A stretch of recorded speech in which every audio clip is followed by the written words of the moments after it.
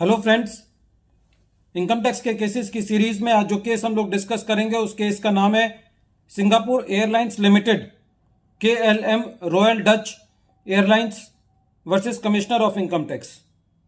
ये case 449 ITR page number 203 पे report हुआ। मैटर सुप्रीम कोर्ट ने डिसाइड किया और इस केस का जजमेंट 14 नवंबर 2022 को आया।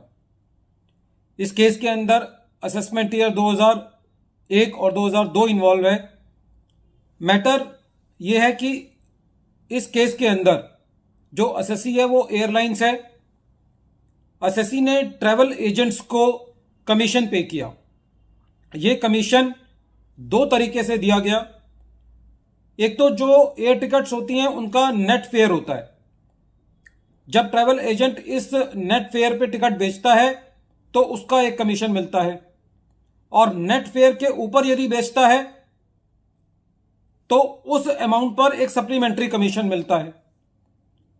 जो एयरलाइंस कंपनीज थी जो नेट फेयर के ऊपर कमीशन था उसके ऊपर तो टीडीएस काट रही थी, लेकिन जो सप्लीमेंट्री कमीशन था उसके ऊपर टीडीएस नहीं काट रही थी।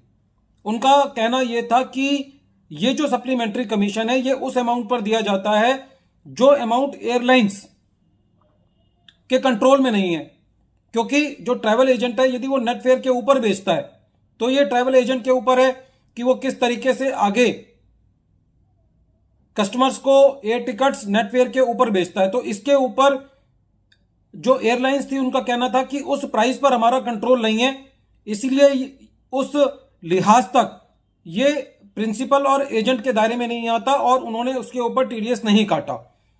तो यही मैटर जो है वो ट्रेवल करता हुआ सुप्रीम कोर्ट तक पहुंचा।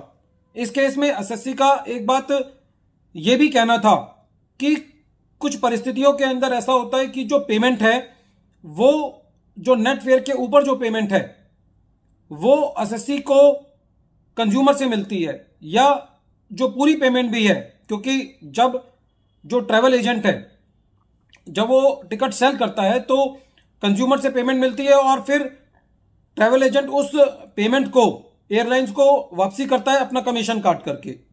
तो कहीं ना कहीं एयरलाइंस का कहना यह भी था क्योंकि साहब हम तो पेमेंट कर नहीं रहे और पेमेंट तो ट्रैवल एजेंट को कंज्यूमर से मिल रही है, इसलिए हमारे ऊपर टीडीएस काटने की जिम्मेवारी नहीं है। तो इन सारे चीजों को देखते हुए सुप्रीम कोर्ट ने इस केस में यह डिसाइड किया कि यह मैटर नहीं करता कि वो पेमेंट डायरेक्टली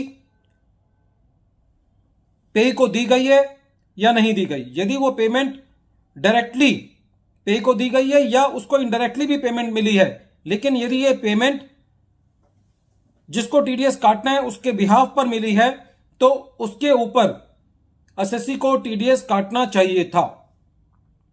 इस केस के अंदर सुप्रीम कोर्ट ने कॉन्ट्रैक्ट एक्ट से भी सेक्शन 194 को जोड़ा और यह कहा कि यदि कॉन्ट्रैक्ट एक्ट के अंदर जो सेक्शन 182 है उसके मुताबिक यदि एसएससी और ट्रैवल एजेंट के बीच में प्रिंसिपल और एजेंट का रिलेशन स्थापित हो जाता है तो उस केस के अंदर जो प्रिंसिपल है उसकी यह जिम्मेदारी बन जाती है कि वो सेक्शन 194H के अंदर कमीशन पर टीडीएस काटे।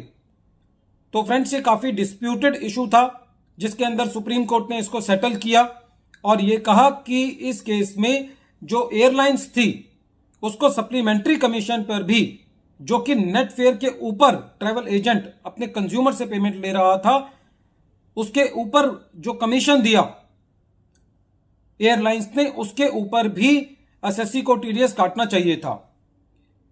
इसके ऊपर एक बात यह भी कही, क्योंकि इसके अंदर जो डिपार्टमेंट था उसने ना खाली सेक्शन 194H के अंदर टीडीएस ना काटने की कार्रवाई की, बल्कि सेक्शन 271C के अंदर टीडीएस ना काटने की पेनल्टी की भी प्रोसीडिंग्स चल रही थी। तो उस पॉइंट पर सुप्रीम कोर्ट का कहना यह था कि क्योंकि यह डिस्प्यूटेड इशू है और इसके अंदर एक काफी लीगल पॉइंट इन्वॉल्व है, तो इस पॉइंट पर एसएससी के ऊपर जो है वो पेनल्टी नहीं लगाई जा सकती। तो इस केस के अंदर एसएससी को पार्शियल रिलीफ मिला।